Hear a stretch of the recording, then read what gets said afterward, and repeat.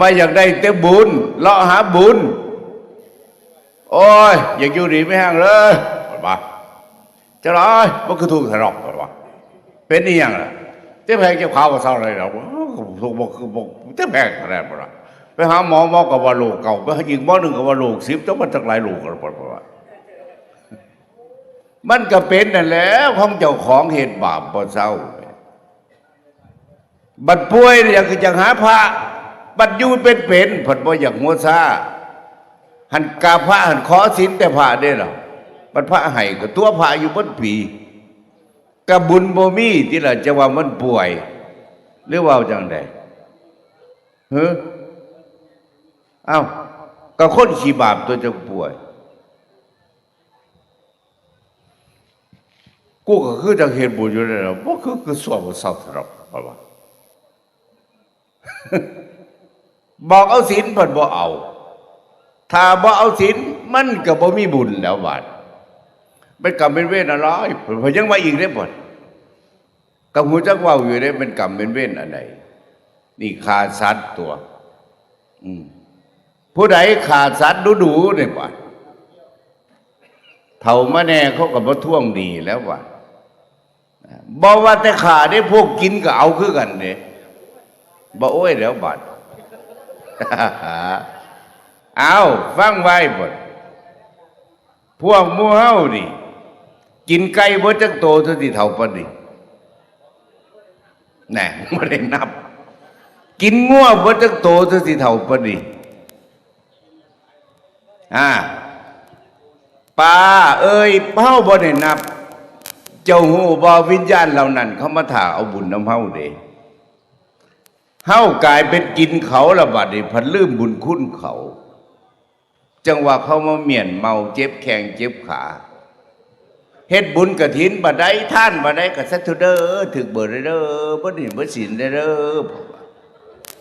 เพิ่นบ่ได้ว่าสัตว์เด้อมื้อนี้บุญทั้งเบิดที่ผู้ข้าสร้างมื้อนี้เป็นผ้าป่าเป็นเงินจำนวน 5,000 6,000 ผู้ข้าขออุทิศให้เจ้ากรรมนายเวรโดยเฉพาะ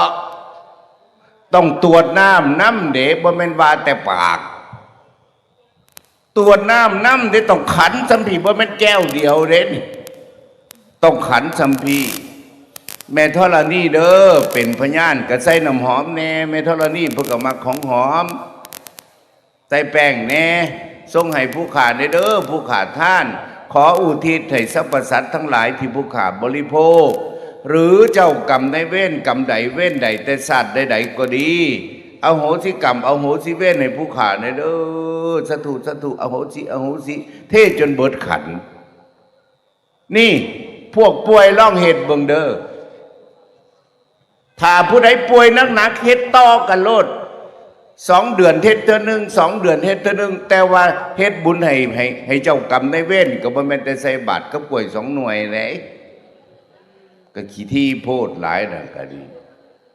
เฮ็ดให้เจ้ากรรมในเว้นก็ต้องข้าวสารหอมพริกกระเทียมปลาแดกปลาแห้งข้าวสารก็3 กิโลหอมพริกก็อย่างละ2ใส่ไปเลยที่ปลาแดกกิโลนึงปลาแห้ง4 โตผลไม้9 อย่างเสือบักกะแลงสินสโลงพระขมาศาสตร์หมอนเงินใส่ไปทีละ 4,900 บาทพระขี้ที่อีกละบาทเบิ่งนี่บัดกินเขานั่นนี่บัดเจ้าของเบิ่งละบาดนี่ถามเจ้าของขึ้นเบิ่งละถ้าสมมติว่าเขาต่ำหูเพิ่นขาดไปหาตำรวจสิเอาจักพันถามเจ้าของขึ้นเมืองติเราคอยให้เจ้าเด้อ10,000ป้าหูกูเด้นี่กูบ่ยอมต้องเอาเป็น100,000 พุ่นบางทีเอาเปรียบเขาว่าแต่บอกซ้ำนี่ซื่อๆบุ้ยคือหลายแถบผมว่าว่าสั้นบ่ต้องเฮ็ดให้เจ้าไข่อยู่หันล่ะบ่ต้องอธิษฐานบ่ต้องเฮ็ดอันนี้บอกทางให้อยากเฮ็ดก็เฮ็ดบ่เฮ็ดก็แล้วโตไผโตมันบ่เกี่ยวกันนี่หน้าที่บอกกตลิโตนอยู่ผู้ป่วยบ่เศร้าเห็นบ่ล่ะไปแสบบ่ไปบ่วัดบ่เจ็บขาไปบ่ได้ อยู่ไปอยู่กับเขตนั่นหูจักว่าอยู่ได้ล่ะเอาว่าก็ว่าไปด้วยบัดจะว่าเรื่องบุรีเนี่ยคนเท่ามันลืมสายเฮ็ดบุญถูกต้องนั่นแห้งเถ่าแห้งเฮ็ดนี่สิย่างสบายตัวเบิ่งหมู่เขาป่วยเจ้าของสินั่งสบายผู้ใดขี้ทีก็ปล่อยโลดเด้อได้ยินบ่ลองเฮ็ดเบิ่งเฮ็ดให้เจ้ากรรมนายเวรเบิ่งลองเฮ็ดเบิ่งติล่ะถ้ามันคือได้ล่ะก็อาตมาย่านแต่ว่าโอ้ยไปคักเด้อไปคักเด้อเพราะว่าหยังคนเป็นมะเร็งไปเฮ็ดน้ำอาตมาเขาเศร้าเลยก็บ่เศร้าเลยดอกมันไข้แน่อาตมาให้อธิษฐานเลยเด้ถ้าเศร้าสิมาเฮ็ดสังฆทานอ้าวเศร้ามาเลยนั่นแล้วบาดเดี๋ยวนี้มือนึงสังฆทานหลังมือก็6กองผู้เฮ็ดเอาโศกก็มีผู้ป่วยบ่เศร้าก็มีที่เราเฮ็ดสังฆทานหลายคนพ่อแม่เลี้ยงได้แต่ว่าลูกหลายคนเพิ่นนิ่งกันเบิ่งเอาหรือว่าบ่แม่นลูกหลายคนเลี้ยงได้7-8 คนเลี้ยงได้โตได้หน่อยว่าแย่งกันแม่หิวข้าวเดี๋ยวลูกหลาแม่เมื่อยดำหน้ามาใหม่ๆกำลังสิหนึ่งแม่หิวข้าวเดี๋ยวลูกหลาเดี๋ยวเรากินกล้วยก่อนแม่หิวข้าวกำปั้นทุบแม่ตีแม่หนึ่งเข่าแล้วต้มป่าต้มไก่แล้วมาเด้อลูกหลาเอิ้นกันไปกินข้าวจุ่มตักใส่ถ้วยปั๊บมือเน่ามือสั่นแซ่บแล้วก็หามกินตอนมันใหญ่นึงเป็นอย่างล่ะลูกหลามันกินตอนไงมันใหญ่ดอกน้อยเหนียวนึงมันก็ตีพอขึ้นมาโอ้บักหลากินข้าวบ่ได้ว้าไปตาแซ่บเว้ยขี้มูกพุ่นน่ะว้าวเลียพร้อมแล้วเข้าติดหูหลังว้ายว่าเอาขี้มูกออกก่อนบักหลาขี้มูกออกก่อนเอาโซดสัตว์จนเบิดกับเขาบ่เหลือบ่มีบักใดอีใดถามเลยว่าอีพ่อสิกินข้าวกันหยังล่ะมีแต่เมียเฮ็ดจังได๋ล่ะพ่อมึงมันเบิด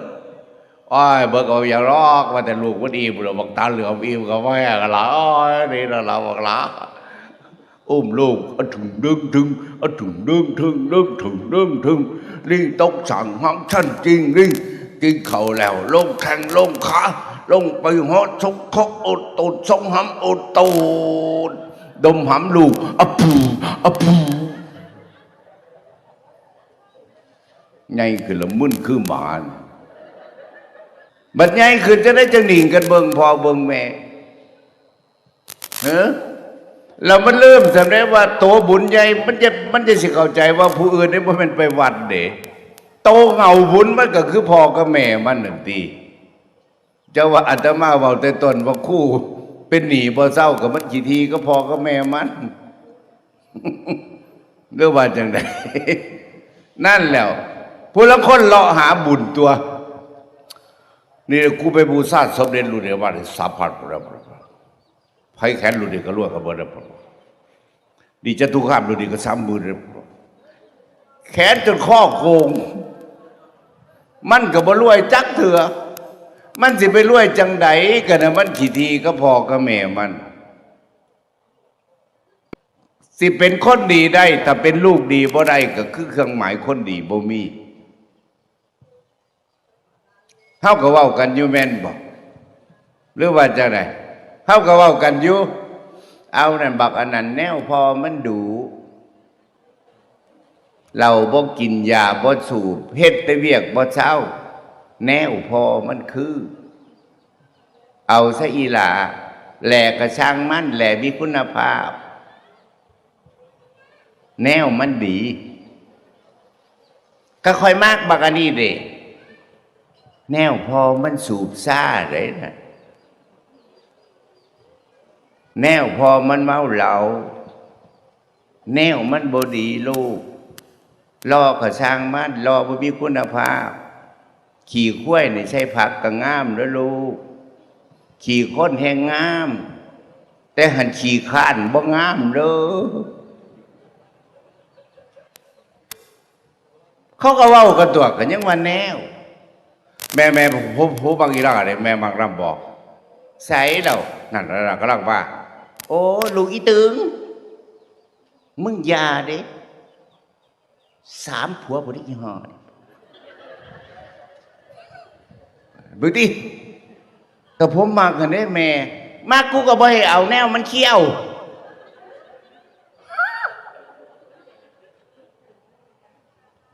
หรือบ่แม่นเอ้าพวกผู้เจ้าบ่เลือกแนวจะบ่แล้วผมบ่ได้เลือกแล้วเพราะท่านสักคำบ่มีหางเอาเลยนั่นเห็นบ่ล่ะก็จะว่ามันก็มีแนวตัวแนวดูแนวมันแนวมีศีลมีธรรมแนวบ่เอาเปรียบไผก็อยากได้นั่นคือเครื่องหมายของคนดีบัดนี้เครื่องหมายคนดีบัดนี้เอาบักอันนี้ล่ะมันดูกูมากมันเบิ่งที่รอก็บ่รอมึงเบิ่งให้บักพริกมันติล่ะมึงเบิ่งต้นกล้วยมันติล่ะปลูกพิจารณาดีมึงเบิ่งที่เราผุนข้าก็ได้กินมึงเบิ่งที่เราให้หน้ามันเบิ่งที่เรามันปลูกไร่ได้เข้าบ้านมันแต่ละมือจักร้อยละมึงวาสนามันนั่นล่ะได้เห็นข้าอ่อนมันนั่นไผก็ว่าแนวดีแล้วไผก็อยากได้แนวดีบัดนี้แนวดีก็สิเบิ่งยากจังไหนถ้ามันดีก็พ่อก็แม่มันนั่นล่ะแนวดี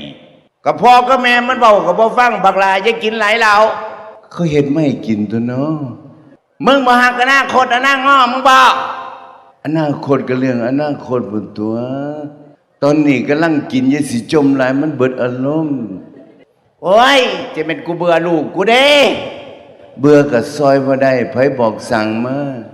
บ่ให้บักเราจะเสียงแววบักเราเศร้ากินเหล้าพ่อก็อีกคนแล้วอยากให้เศร้าก็ไปบอกโรงงานบุญที่เขาเศร้าผลิตกินเลยเสียวไม่เกี่ยวกับโรคฟันผุโอ้ยจะเป็นกูเบื่อกูนายลูกซอยบ่ได้บ้านนั้นพ่อบุญละครละเพิ่นให้ลูกบ่ได้เบิ่งไปยังกินเหล้าเพิ่นให้ลูกเพิ่นย่ำเมาเมื่อไปยังกินเหล้า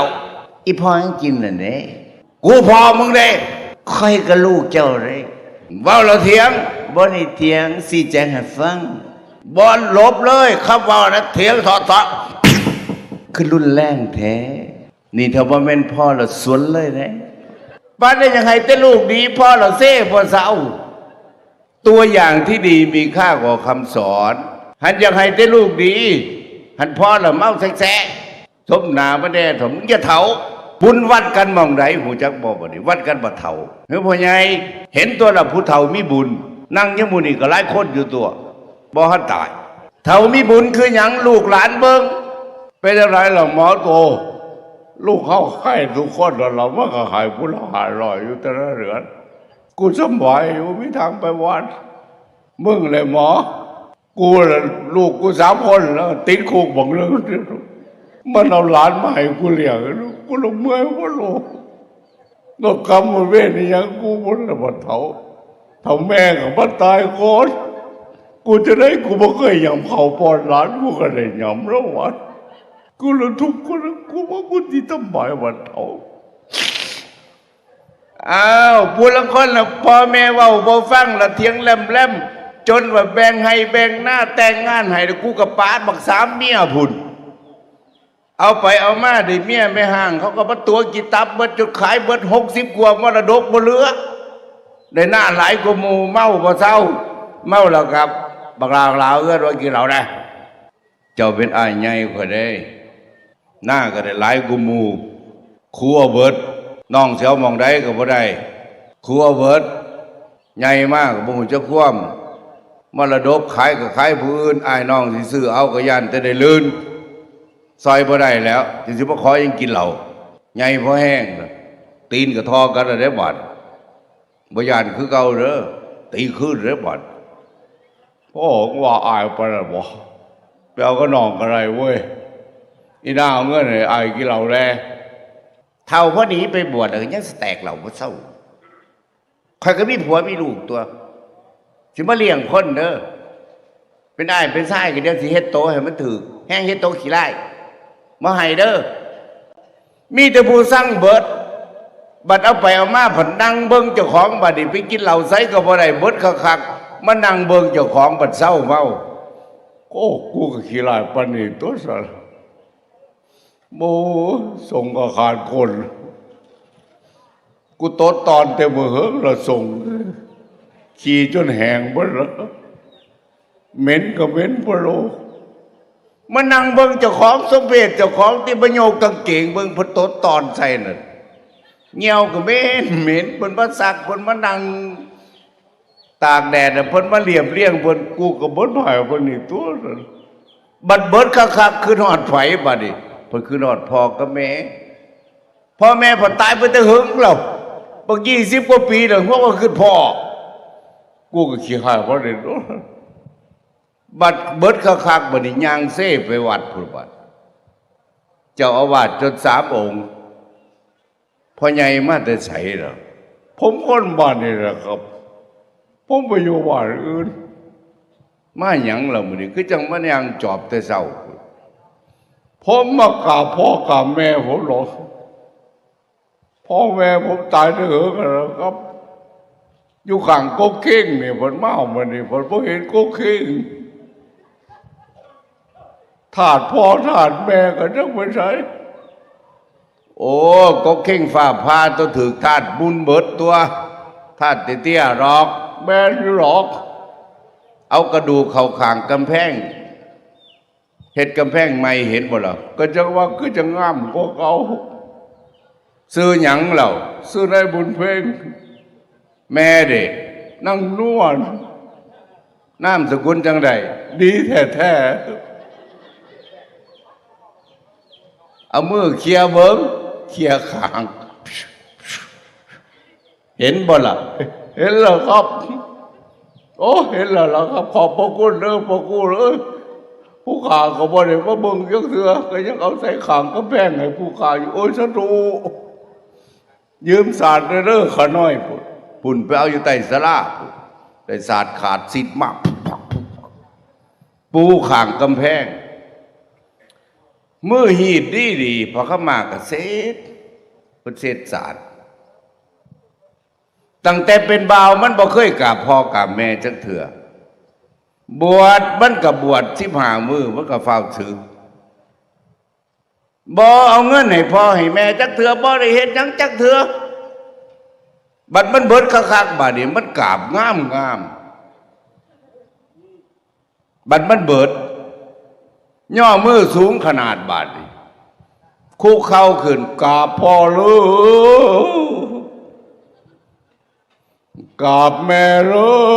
ยพ่อแม่เว้าไว้ตะกี้ระทึกเบิด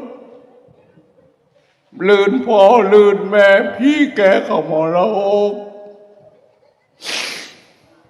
แม่นละเด้อพ่อเด้อแม่เด้อให้หน้าเบิดละเด้อผู้ขายอย่างไรขึ้นก็เบิดเล่นโบกว่าสิไรก็ว่าไรมันเบิดไปนะลูกก็บอกขึ้นมาที่สวมบริโรคมันเป็นพ่อเลยแม่เลยก้มกราบกองก้นให้จุดกูดพ่อเลยแม่เลยขอเลข3 ตัวแล้วจักไปสิให้เบิ่ง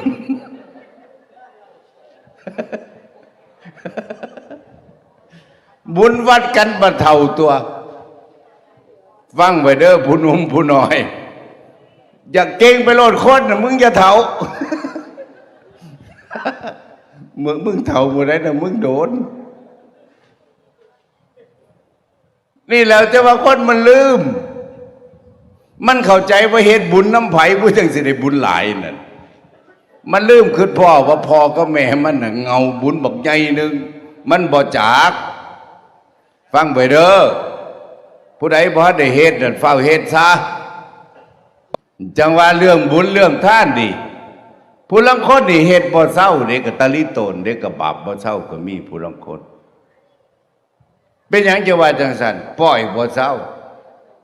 ไปวัดคู่มือก็บาปคู่มือได้ผู้ลางคนก็ดีไปปั๊บออกมาตำตอบเพื่อกับภาคขวามึงบ่ลีตีนกูเบิดซ้ำบุญที่ท่าน แต่ลิโตนเล่ายังว่าเล่าหันอยากได้แต่บุญ จักบุญอยู่ใส่บาทเฮ้ยไม่ไงบุญอยู่ใส่อยู่กับหมาก บางคนมาจากกูมูผุนเป็นอย่างเฮ้ยคันว่าไปฟังเทศแล้วถามมูก่อน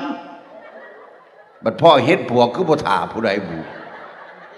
บ้านเฮาเฮ็ดบุญกันดีมันได้บาปบักหลายก็ได้บุญทีละลังหม่องก็ดีนางเทศอยู่ทั้งพุ่นละล้มงัวอยู่พุ่นอ้าวนิมนต์พระมาเทศจะได้จังล้มงัวไปน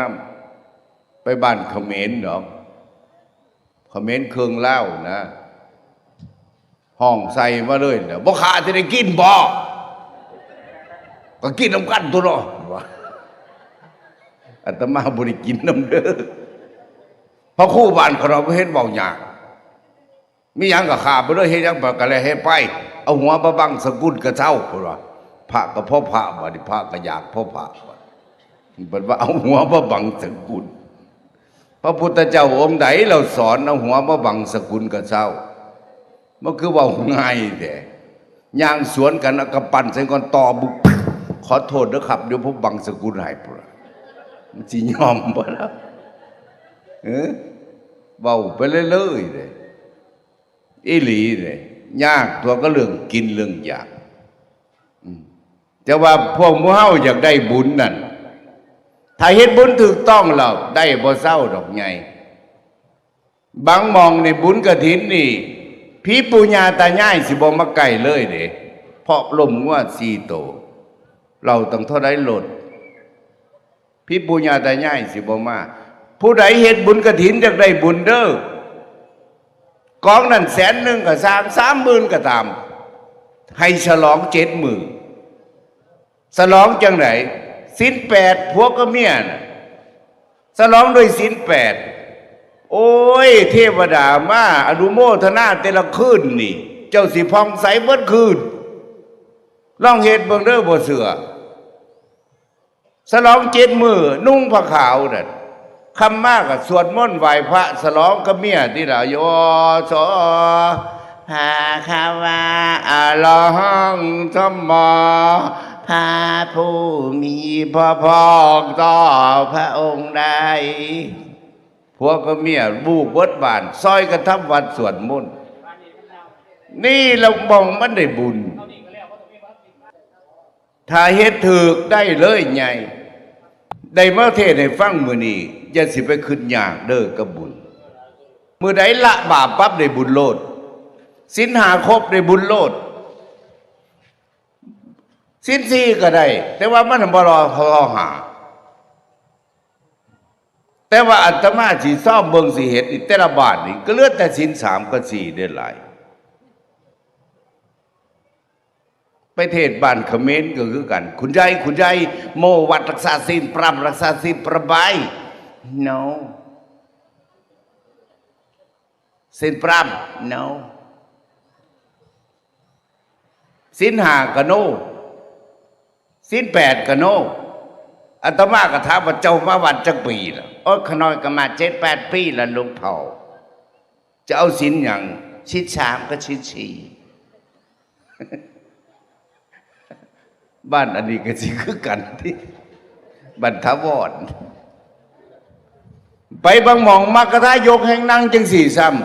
ำเจ้าเป็นมักกะทายกจังปีแล้ว7-8 ปีแล้วหลวงพ่อศีล5จะครบบ่ครบขน้อยถือเข่งกุมูเลยในบ้านบ่เสือถามพระครูก็ได้ขน้อยเป็นผู้เข่งศาสนากุมูในบ้านเลี้ยวเบิ่งหน้าบ่เป็นตะเข่งพุ่นว่าเจ้าจักปีแล้ว73 ปีเมียจะไปใส่ตายแล้วมื้อเช้ากินเขาก็ยังตบบ้าไผเฮ็ดให้กินให้กินเองใส่ว่าเจ้าศีลเข่งเจ้ายังฆ่าปลาอยู่เขาน้อยบ่ผิดได้หลวงพ่อเป็นยังจะว่าบ่ผิดได้พระพุทธเจ้าพูดว่าปานาติปาตาเวรมณีเขาน้อยบ่ได้เอาป้านาได้เขาน้อยเอาป้าหวยบ่ผิดเด้อเบิ่งที่นะ น้าเพิ่นก็สิล้มหมาก็บ่ผิดที่ขาคนก็บ่ผิดที่บ่เป็นปาหน้าเนาะนี่เบิ่งติล่ะบ่อนมันบ่ได้แต่ถ้าผู้เฮ็ดได้ดอกใหญ่บ่เป็นตาได้ก็ได้บ่เป็นตารวยก็รวยตัว18นี่ใหญ่ตัวแม่ใหญ่พ่อใหญ่เบิดทุกคนเด้อเจ้าฟังเทศน์ก็มาหลายแล้วล่ะบอกซ้ำทับอีกว่าพระพุทธเจ้าบอกเลยท่านหลายปันใดบุญนั่นผันบ่ทอวิศีลใหญ่บ้านเฮาสิท่านแข่งกันแต่ว่าบ่มีศีลแข่งกันเอาขึ้นเบิ้งย่ำบรรพะเขาพรรษาพวกไม่ออกจำศีลมีจักคน12ผู้ชาย2 คนลังเถื่อศีลก็ไปผู้เดียวซะหันหรือว่าบ่แม่นบัตรพรก็คือการย่านบุญเอาแปลกอยู่เด้ทั้งตัวนี้มันบุญใหญ่เลยท่านหลายปานใดบุญนั้นบ่ทอมีศีลพัดบ่เอาศีลเดียวนี่ย่านหมู่ว่าให้